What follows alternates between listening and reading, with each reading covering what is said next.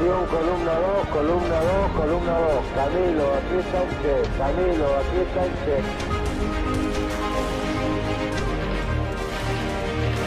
La lucha continúa. La victoria es cierta. Patria o muerte.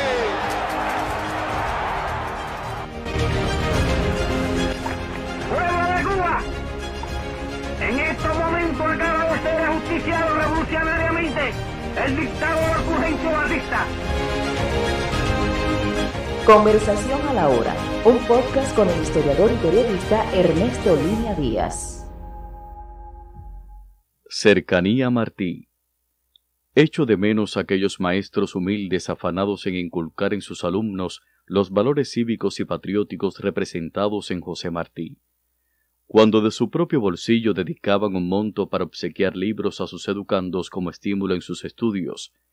De aquella época ya distante conservo varios ejemplares. Jamás me desprendería de ellos. Amo en particular uno, ya con sus páginas amarillentas y varias veces restaurado, Martí, hombre, una biografía de nuestro apóstol, escrita por Gonzalo de Quesada y Miranda. A tu labor rendida en el concurso sobre Martí, se te otorga este libro.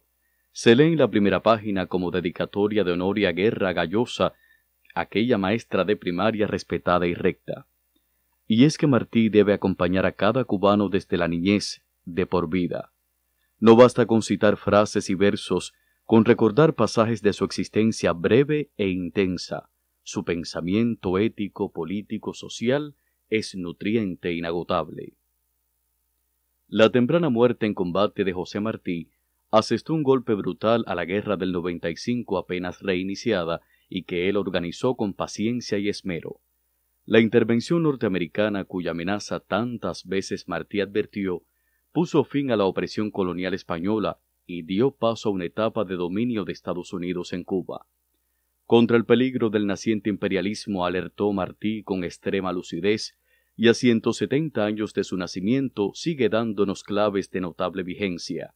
Fue un hombre crucial en la formación de la conciencia nacional.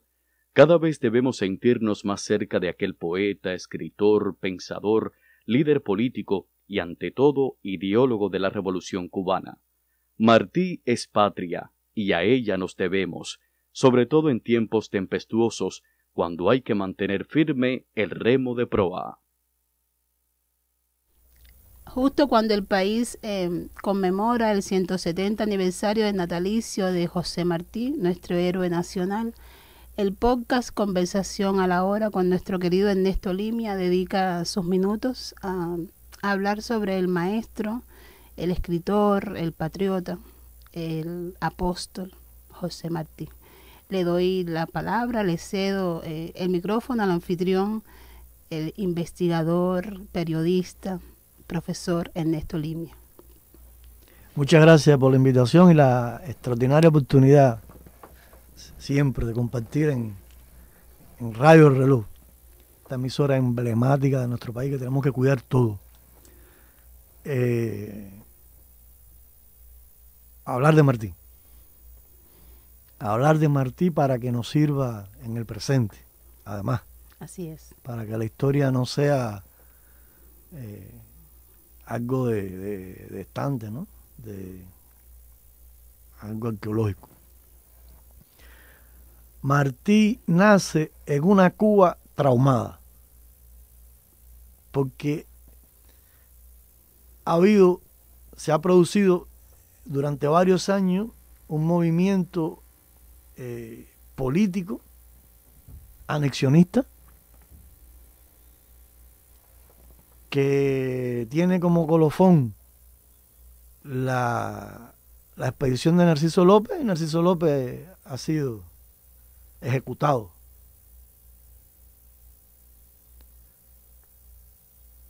Y con eso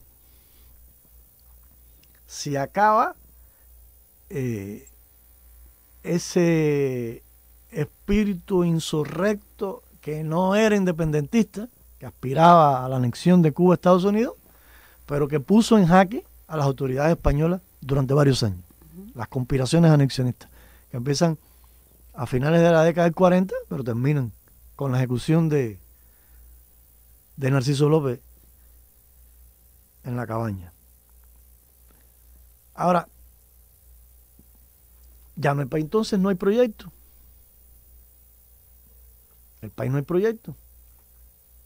Porque todavía no hay un segmento independentista. Y lo que está haciendo España es perfilar una educación cada vez más pro-española, precisamente para evitar estos conatos que ha sufrido durante varios años, esas conspiraciones que tuvieron especial fuerza en la parte occidental del país, entre un núcleo de intelectuales, hacendados, en el que, por cierto, estuvieron vinculados varios de los más importantes intelectuales hacendados del país. Cirilo Villaverde, Aldama, Rafael María de Mendive, Miguel Teodoro Tolón, sí, varios tuvieron. Y en ese momento, en que no hay horizonte, José La Luz y Caballero está enfermo, lleva varios años, tiene una enfermedad terrible, se llama cicastenia, que es una, José La Luz es neurótico, pero esa neurosis es de una fuerza tal que le provoca cálculos en los riñones, que lo ha consumido, un hombre atlético se ha consumido a la nada, y a su vez que había perdido a su hija de 15 años, que fue un golpe terrible, decide que tiene que tomar partido por Cuba y crea el Colegio El Salvador. Y en el Colegio El Salvador empieza a fundar una escuela cubana. Y Martí nace en ese contexto. En un Luz y Caballero que no está pensando en ese instante, que está pensando en el futuro. Uno de los grandes pedagogos cubanos, además. Que está pensando en el futuro. Y uno de los grandes revolucionarios cubanos. Que ha tenido que labrar el alma cubana en silencio. Porque además detesta la palabrería. Es un tipo de una profundidad de pensamiento filosófico muy grande, pedagógico, pero esencialmente es un formador de hombres. Y tiene como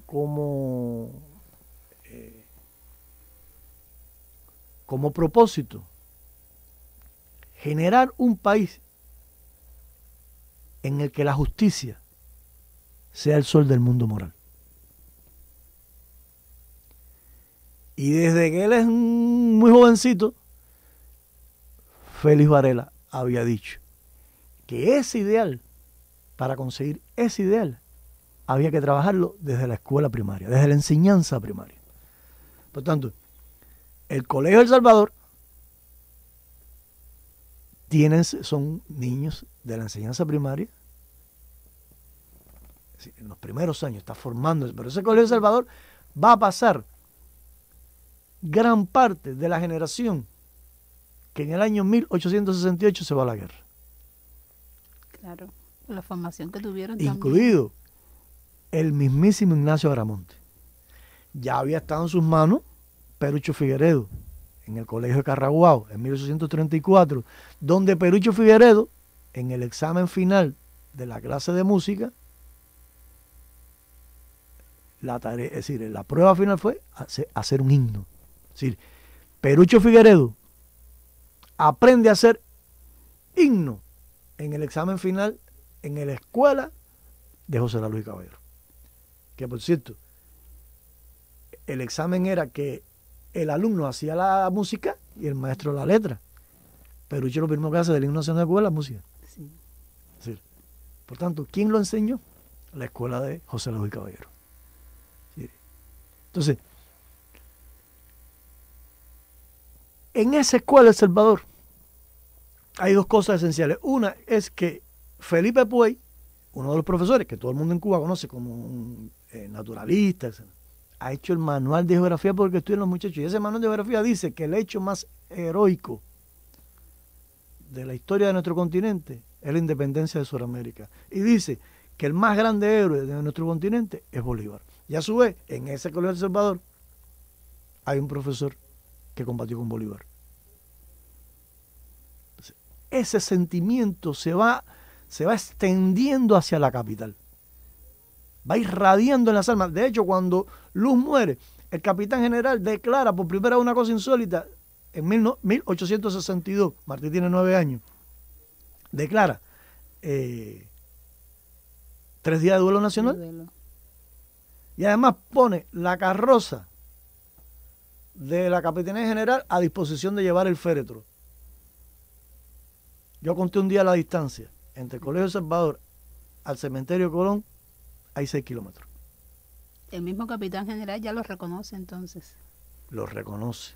Después escribe que si no hacía eso, él había hecho eso evitando un problema político, porque la muerte, él estaba claro que Luz había despertado un sentimiento de cubanía tan profundo que era conducente al independentismo. Y tenía razón. A Luz lo tiende en el propio Colegio de El Salvador en su catrecito. Y es la primera vez que un niño de 9 años que se llama José Martí llora. Y cuando hay que llevar el féretro para el cementerio, aquellos muchachos, entre los que se encontraba Ignacio Agramonte, que se habían formado con el padre del alma cubana,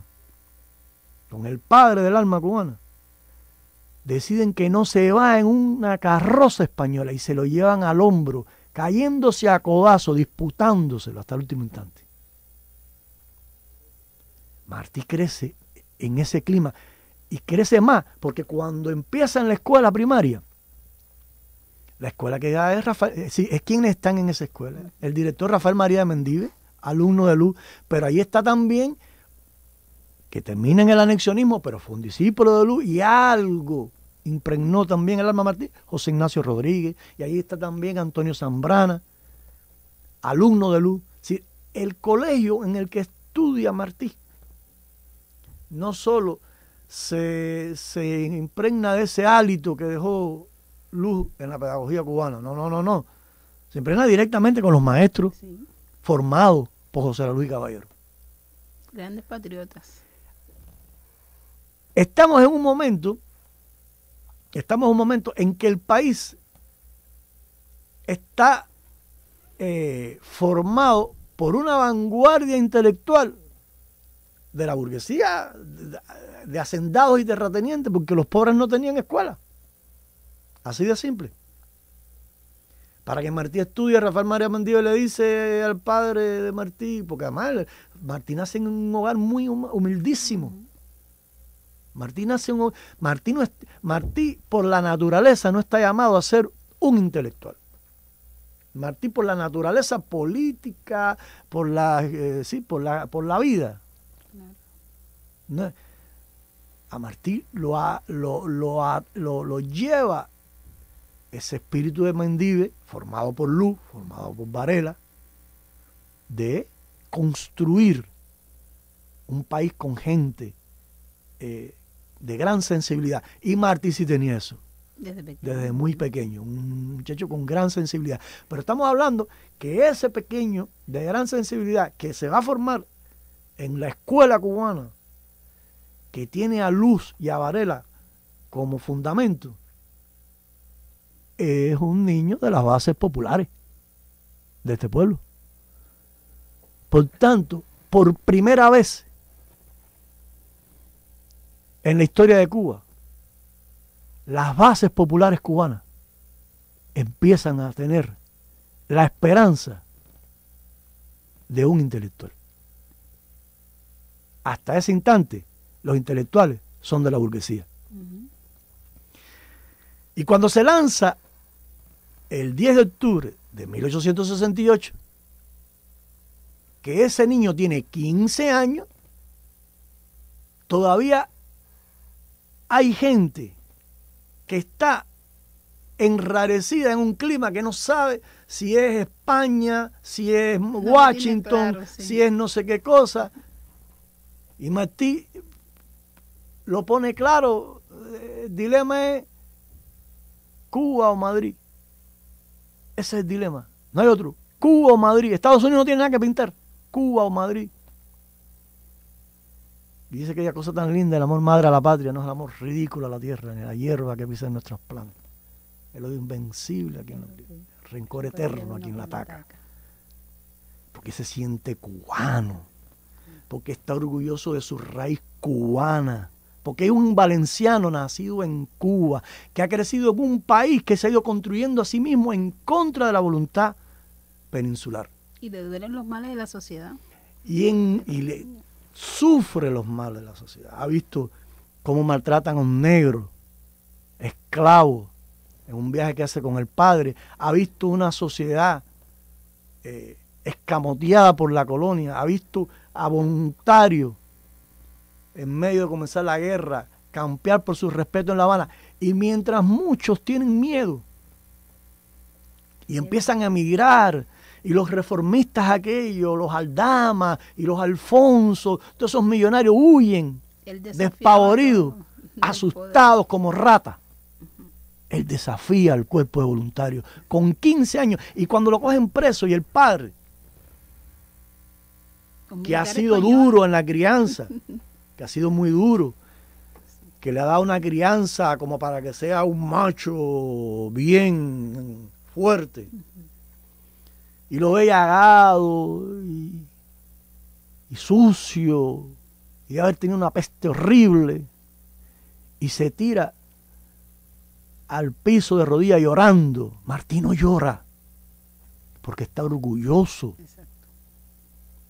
de ser un revolucionario cubano, porque está orgulloso de estar preso por defender las ideas de Céspedes, las ideas de independencia. Y lo cree justo, si es el castigo por ello, lo cree justo, lo está asumiendo. Y tiene 15 años. Ese es el tipo que después, cuando le dan la libertad, a cambio de que se vaya a España, estudia para formarse como abogado. Tiene esa posibilidad y se forma como abogado. Y no puede regresar a la guerra cuando ya prácticamente está acabando, porque tiene un compromiso con la familia. Están en México, se están muriendo de hambre, y tiene que ayudar al padre. Tiene que posponer la patria en ese instante.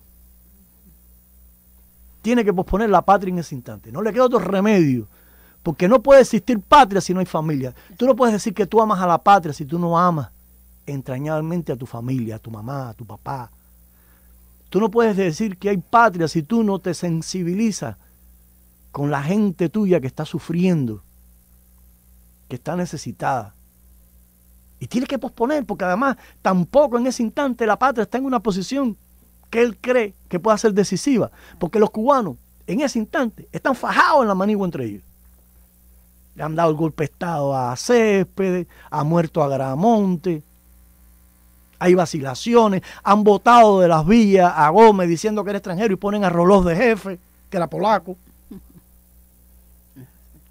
Esas contradicciones internas que tanto daño. Entonces, Martí tiene que, cuando se acaba la guerra, como dice él, que los cubanos tiran la espada, y empieza de nuevo la reconstrucción del ideal independentista, está en la primera línea del combate. En la primera línea del combate. Céspedes sigue siendo su paradigma junto con Agramonte, y construye, empieza a construir la patria futura desde la raíz de Luz, y antepone la patria de Luz y Caballero a la de Montoro, que es una patria autonomista, con el ideal de Céspedes y Agramonte como precursores de una manera de encontrar esa independencia, que es con la lucha armada. No hay nada que hablar. Las palabras Hacer el están camino. dichas. Cuando fracasa el plan Gómez Maceo, porque está mal concebido, porque está mal dirigido, porque está mal preparado, y él toma distancia, lo hace con dolor, porque sabe que se está distanciando de dos tipos extraordinarios, de dos tipos sin los cuales Cuba no puede llegar a su independencia, de dos imprescindibles, que son seres humanos que han sufrido, que han vivido realidades que Martí comprende, pero ellos todavía no lo conocen. Y como no lo conocen, no lo pueden respetar. Y ese respeto, esa relación, ese cariño, se va tejiendo en el camino. Y llega un momento en que Martí se da cuenta de que es la hora de recomenzar. ¿Y cómo lo hace? Muy sencillo. Coge y empieza a construir, a tejer esa alma con los pobres de la tierra, enseñándole, alfabetizando a los tabaqueros negros, cubanos y puertorriqueños pobres en Nueva York y Filadelfia, que convertían en clases más que alfabetización, convertía aquellas clases en un fenómeno cultural.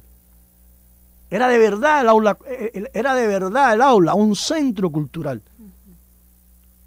al que fueron varios de los más importantes intelectuales del continente. Ya Martí en ese instante está reconocido como uno de los más importantes intelectuales del continente, una de las grandes personalidades intelectuales del continente, y está entregado a cuerpo y alma a los pobres de la tierra. Lo escribe en los versos sencillos: con los pobres de la tierra quiero yo mi suerte echar.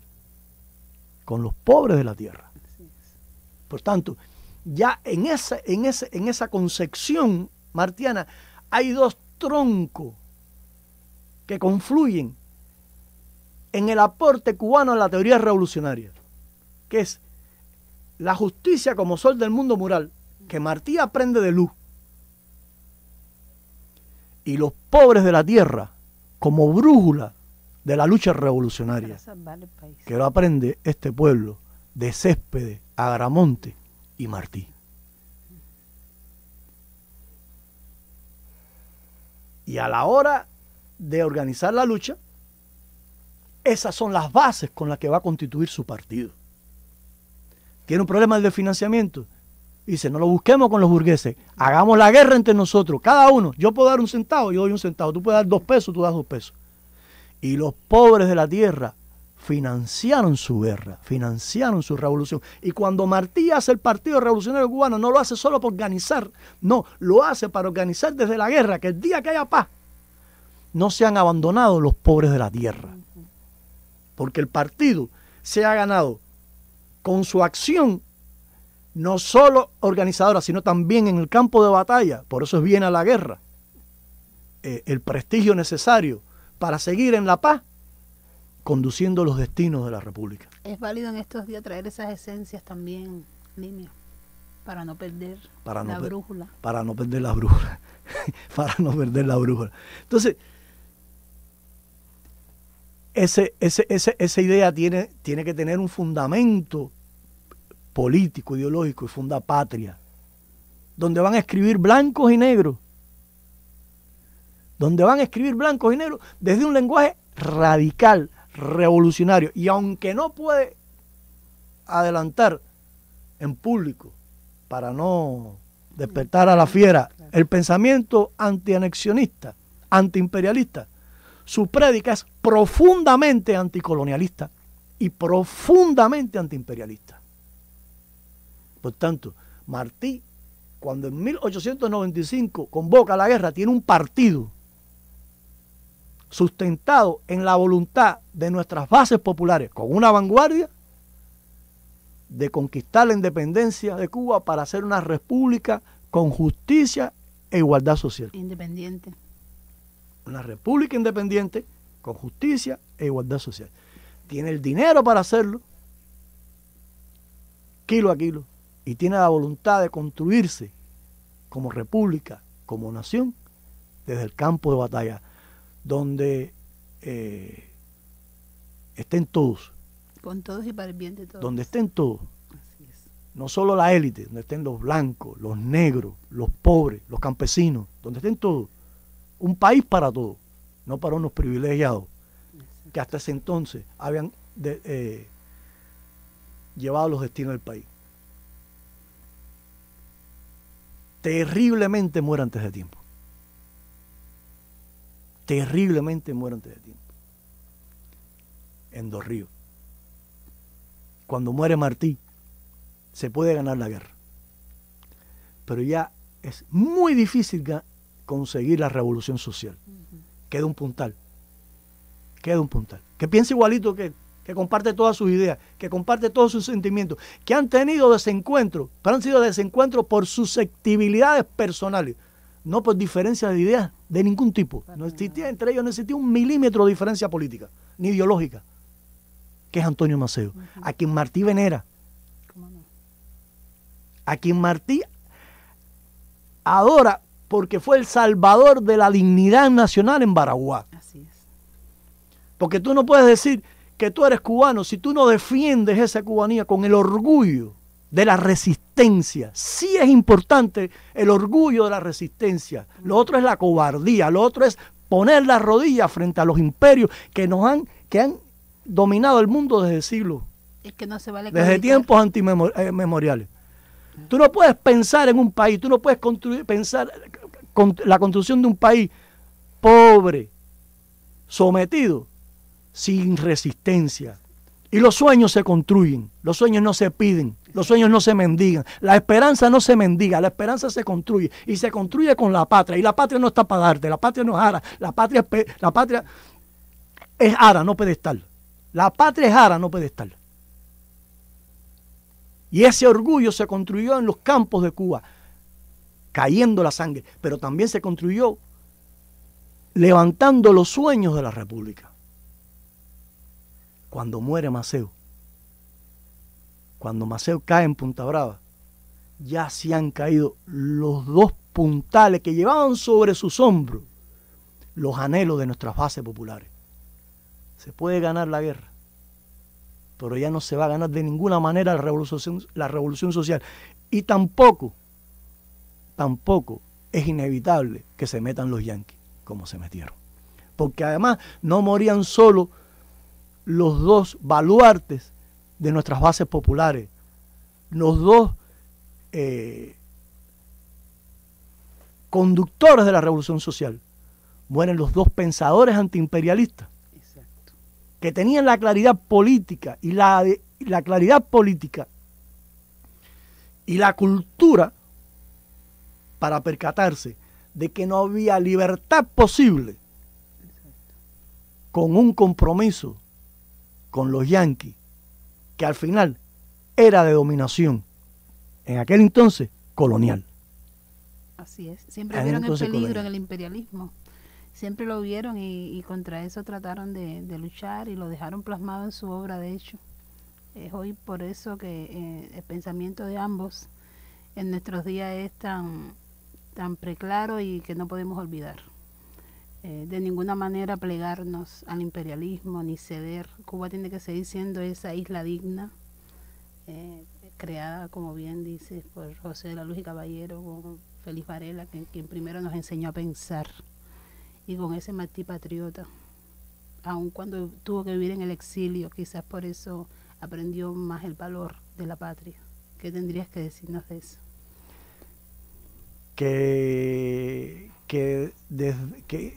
precisamente el sufrimiento del exilio le llevó a la convicción de que la construcción estaba dentro de la voluntad de los cubanos, y lo hizo de todas las maneras posibles, desde la cultura, y desarrolló una obra cultural en toda su dimensión artístico-literaria, pero también política, jurídica, y desde la lucha armada y desde la resistencia ideológica. Y por tanto, ese 28 de enero de 1853, la providencia nos entregó el tronco cultural que sostiene los destinos de la nación. Ya estoy todos los días en peligro de dar mi vida por mi país y por mi deber, de impedir a tiempo con la independencia de Cuba que se extiendan por las Antillas los Estados Unidos y caigan con esa fuerza más sobre nuestras tierras de América. Yo soy un hombre sincero, de donde crece la palma, y antes de morirme quiero echar mis versos del alma, echar mis versos del alma.